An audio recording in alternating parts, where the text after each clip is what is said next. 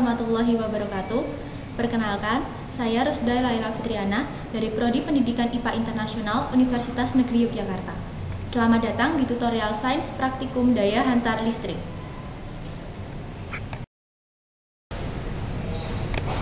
Pada kegiatan kali ini, kita akan melakukan dua percobaan. Yang pertama, percobaan mengenai daya hantar listrik pada bahan, dan yang kedua, percobaan mengenai daya hantar listrik pada larutan. Adapun alat dan bahan yang kita pergunakan dalam kegiatan kali ini yaitu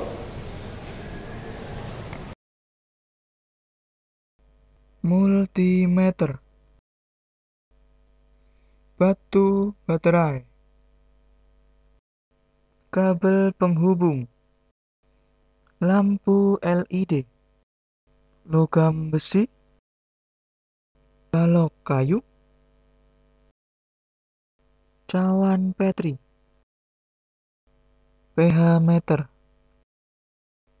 jeruk nipis.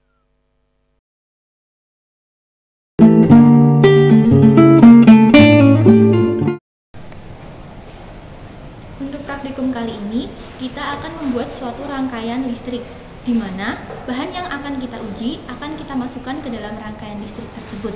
Dan lalu, kita akan mengamati apakah bahan tersebut dapat menghantarkan arus listrik. Caranya yaitu dengan melihat apakah ada perubahan nyala pada lampu LED dan perubahan skala pada multimeter. Dalam kehidupan sehari-hari, kita sering menjumpai adanya bahan yang dapat menghantarkan arus listrik dan bahan yang tidak menghantarkan arus listrik. Bahan yang dapat menghantarkan arus listrik disebut sebagai konduktor. Contohnya yaitu tembaga, timah, dan seng.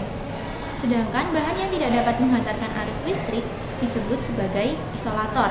Contohnya yaitu kaca, karet, dan kayu. Untuk itu, mari kita lakukan percobaan mengenai daya hantar listrik pada bahan yang bertujuan untuk menyelidiki apakah suatu bahan itu termasuk ke dalam konduktor atau isolator, dan yang kedua untuk mengetahui bahan-bahan apa saja yang termasuk ke dalam konduktor dan isolator. Pada praktikum ini, kita menggunakan bahan berupa logam besi. Mari kita segera lakukan praktikum.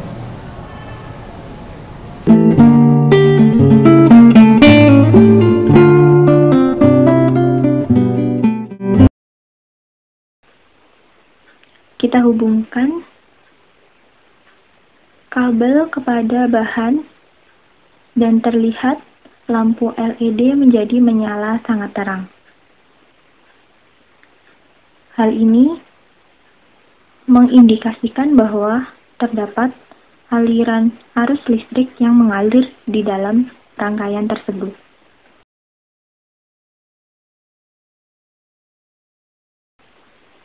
Kita hubungkan kabel dengan kayu dan terlihat bahwa tidak ada perubahan pada lampu LED.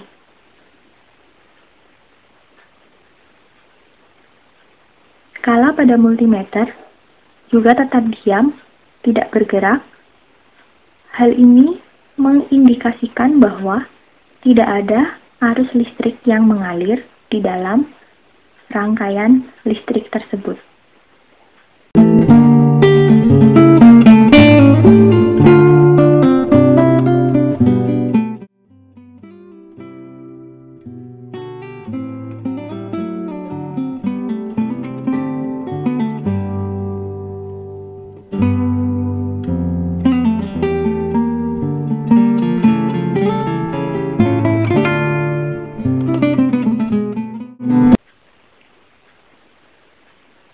Arus listrik dapat mengalir atau berpindah jika terdapat aliran elektron. Konduktor merupakan bahan yang mudah menghantarkan arus listrik. Bahan konduktor memiliki nilai hambatan kecil. Di dalam bahan konduktor, elektron-elektron pada kulit atom terluar diikat oleh inti atomnya, sehingga ketika diberikan tegangan listrik pada bahan konduktor, elektron-elektron mudah terlepas dan bergerak bebas. Hal inilah yang menyebabkan arus listrik mudah mengalir. Isolator merupakan bahan yang tidak atau sulit menghantarkan arus listrik. Bahan isolator memiliki nilai hambatan yang besar. Pada bahan isolator, elektron-elektron pada kulit atom terluar relatif stabil. Oleh karena itu, tidak ada elektron yang mengalir dalam isolator, sehingga tidak ada arus listrik yang mengalir.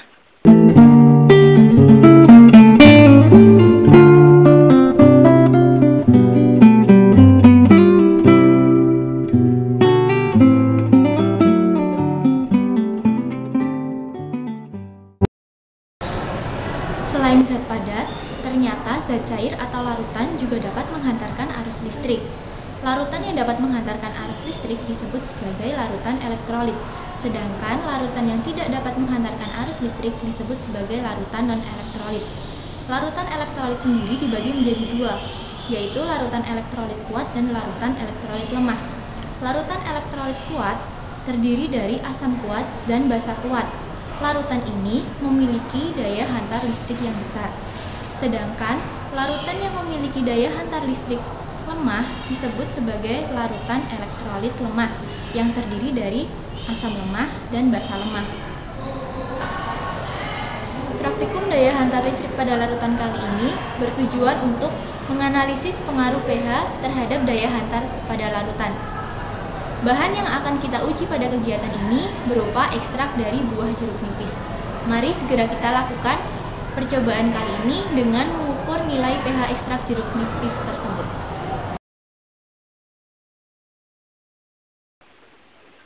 Setelah kita mendapatkan ekstrak dari buah jeruk nipis, maka kita akan segera melakukan pengukuran terhadap nilai pH-nya.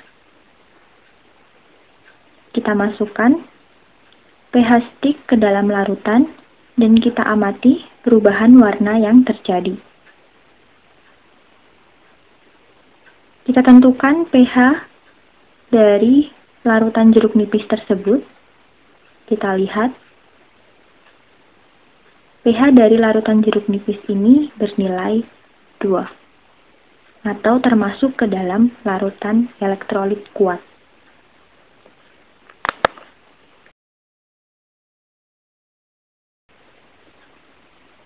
Setelah larutan sudah menjadi satu dengan rangkaian, terlihat bahwa lampu LED mulai menyala terang.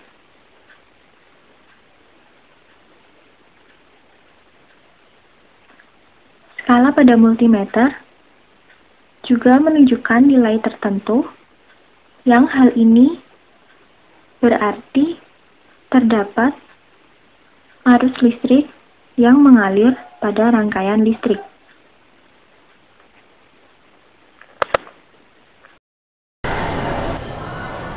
Demikian tutorial sains mengenai daya hantar listrik.